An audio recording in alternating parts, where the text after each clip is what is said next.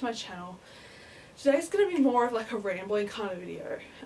It's just, I feel like people need to know like where I've been, how this whole thing started, yeah, how I'm developing my craft, how I'm using my craft to do different things, how I'm becoming more involved in my craft. Usually for about 6 or 7 months I did nothing, absolutely nothing, which is really not that great. But yeah, so I started my craft way back in 2016. A lot of you guys have been sending me messages on Instagram about it, asking me, "I'll do a video on how you started, how you're going, and how your craft is developed, and like, do you work with deities? Do you use tarot? Do you use pendulums? Do you use divination, which is all the same thing?" But yeah, so I thought what I'd do is I'd tell you guys about my journey. It started all the way back in 2016. Now, before 2016, I would classify myself as a Christian. I was a very devout Christian. I went to Bible study groups, I went to church, I was involved with the church. I even did a sermon once, which was very, very challenging for me. I have very bad public speaking issues, but I did it and people liked it, so that's a good thing. But before that I was a Christian, and I was very devout in my faith. It just, I don't know, I don't know, well, something personal happened to me when I came back to the church, and I was, without going into too much detail, it was just basically not right for me. Something happened and I thought, well, if God is so loving, why would he do this? Or if God is so loving, why would he do that? And so I really started questioning my faith. So I was questioning it more and more, to the point where I thought, well, even when I was a Christian, when I was about 12 or 13, we went to a place called Crystal Castle. I'll link that down below in the description if you guys want to check it out. It's a beautiful place.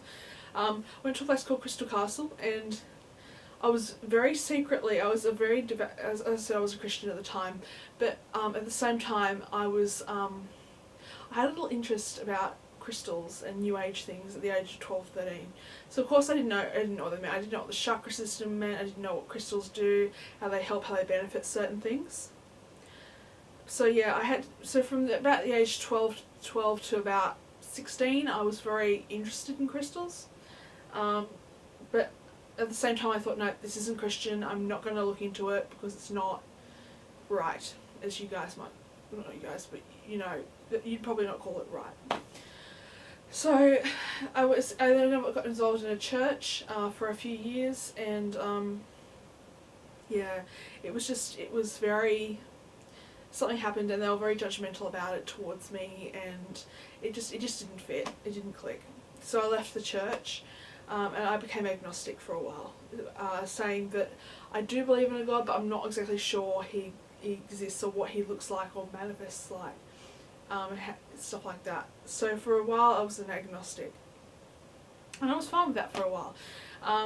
So I was still occasionally reading my Bible, you know, reading the Psalms. I found real comfort in the Psalms, but at the same time I was like, no, this isn't working for me. I have all these questions about faith and God and religion, and I thought, okay, well, yeah, this isn't working. I need to explore spirituality and religion more. So I did that, and that was up into 2016. We moved to the Blue Mountains. I'll put a link down below about the Blue Mountains, like an information page about the Blue Mountains. It's a beautiful place. We moved to several places throughout the Blue Mountains, and yeah, so it was a good time in my life. I really enjoyed being there. I liked the whole vibe of the place. I loved the shops there. There were a few hippie shops there, which is really cool. I love hippie stuff. And so after I left my agnostic phase, I started going more into spiritualism and spirituality. And at this point in time, I classified myself as a Buddhist. So yeah, after I classified myself as a Buddhist, I went to a temple in the Blue Mountains with my mother, who is a Buddhist herself, and yeah, we just meditated and there was a talk, and I really enjoyed that. So I thought, yep, I'm a Buddhist, this is me, this is what I'm going for. But at the same time, I thought there is some. I have had a lingering while I was a Buddhist about witchcraft, but I knew nothing about witchcraft back in 2016. I knew absolutely nothing.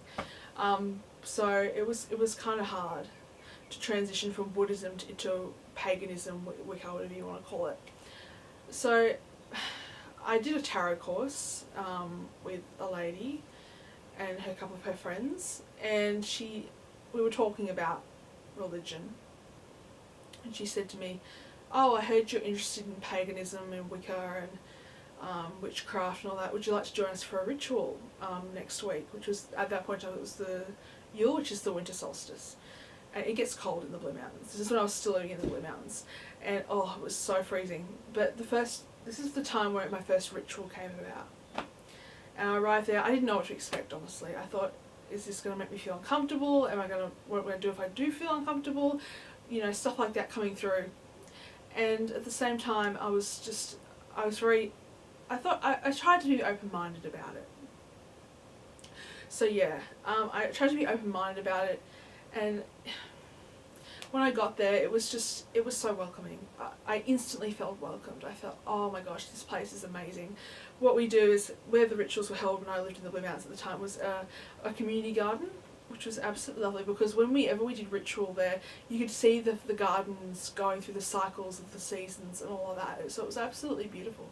But yeah, so I was invited to the Yule solstice, and there was a huge bonfire, as I just said, huge bonfire. Maybe about 8 or 9 of us. So we welcomed country, which is something I really, really like doing. I'm very respectful of the Aboriginal culture. It's just something that amazes me, the culture of the Aboriginal people. It's just so beautiful. And whenever we welcome country, I'm from Darug and Gundungurra country. So that's around the Blue Mountains area, a bit down near Penrith, stuff like that. Sydney, a little bit of Sydney. But I tell you exactly where I live. So yeah, yeah, it was just a very interesting experience. I guess that when we all came together, we acknowledged country, as I just said. Sorry, I'm going all over the place. We acknowledged country, and we invoked the elements, which is earth, air, fire, water, and spirit. I think I chose water. I can't remember. It was so long ago now. Yeah, so we did that, and we invoked the god and the goddess, which is something I love to do as well, because deity is just such a big part of my practice. And then after that, we did some meditation work, we did some trance work, we sang some songs together, which was absolutely lovely. I loved doing that. But yeah, it was a great experience. I enjoyed myself so much. And then after that, we set our intentions for the rest of the year. And when we ended the ritual, which was very, very nice. I loved it so much, and because it was really good too, because where I was living at that point in time, it was just like a 15-minute walk down to the gardens, which was great. So it was very close to me. I didn't have to worry about travel or anything. But now where I live now, because I've moved away from the Blue Mountains to the city, closer to the city, it takes a longer time for me to get to the Blue Mountains, about an hour and a half on a train, because I don't drive. Don't plan on driving. I'm more of a public transport and Uber kind of person. Yeah, so that's that. And yeah, so now I'll talk more about my craft and how that's evolved since then. And I remember the first spell I ever did. I have this massive book up there called the Encyclopedia of 5,000 Spells. And I thought to myself, okay, I've got to do a spell, because I've been to a ritual, I've researched a bit about rituals and spellcraft and spellwork and ritual and all of that. I'm going to try to do my first spell. And the first spell I did was a luck spell. I don't think it actually worked. So what I actually did was I got a glass of water, and apparently if you put money in glasses of water, it's supposed to bring luck. I'm not sure how that works, but I did that, and I just put it in there. I wrote a poem about it. I said a few words over it. I put my intention into it. I charged it. And yeah, it was just, I left it there for about a week, but nothing happened. So that was a bit disappointing. So I thought, oh, what am I going to do now? So my spells are very much spontaneous. It's not something I literally go to the spell book every time I have to think of a spell to write or to write, to perform or act upon. It's very off the cuff. So I might incorporate a crystal or something. I might say a few words. I might even just write poetry and say it out loud for my spell. So it's very spontaneous, but I do like to go to the spell book every now and again. You just never know what I'm going to find there.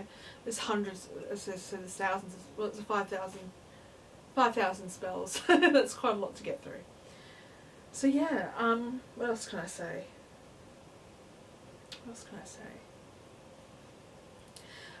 So since then I've been very much involved in ritual. Because of COVID, there hasn't been many physical rituals to go to, because we're over 1,000 cases now in New South Wales, which is absolutely just really scary. So most of us are asked to stay home unless you have to go out for, essential items like the supermarket or the chemist or whatever. But yeah, the good thing about the whole ritual thing is Zoom. There's lots of rituals being held via Zoom, which is really good. I've really enjoyed it. We do a couple of full moon rituals every month, which is really nice. We get together, we just do a small ritual. Sometimes we just even talk. Like the first time I went to one on the Zoom thing it was about a month ago, last full moon, I'm not sure. It was really good. I've really enjoyed myself. It was just nice to talk to people and connect to other witches and see how their craft's developing and stuff like that. So yeah, that's just about me so far. And other things I love to do is I love to teach people about Wicca and paganism. I've joined several witchcraft groups on Facebook, and the thing is, I'm part of a mentorship. So if I put myself out there, I put a little ad about myself, and whoever wants to connect with me can connect with me. So I talk about them setting up an altar. Now, not all witches have to have altars. That's just the thing. For so many years, I did not have an altar. I did spells just like on my desk and stuff like that. But now that I have an altar that I use regularly, I can cleanse it regularly, I can just use it now, and it's perfect. So the first thing I ask people is, do you have an altar? And I think that's so important, because altars are just, you can make them into whatever you want them to be, and they're just so beautiful to work with. The second thing I ask people is, what makes you drawn towards Wicca, witchcraft, paganism? Why do you want to do it? I think the purpose is so important about why you want to do witchcraft. Yeah, so there's that, and there is, do you feel drawn to, this is the last question I ask people, do you feel drawn to a specific path, like a traditional witch, hedge witch, solitary witch, divination witch, green witch? There's lots of different types, and before I discovered that my path was a divination witch, as soon as I discovered that, I thought, yes, this is what clicks with me. But before that, I tried several other paths, like green witch, being a green witch, that involved plants and stuff. I don't have any plants in my room, unfortunately, but my parents have tons of plants all over the house, which is really lovely.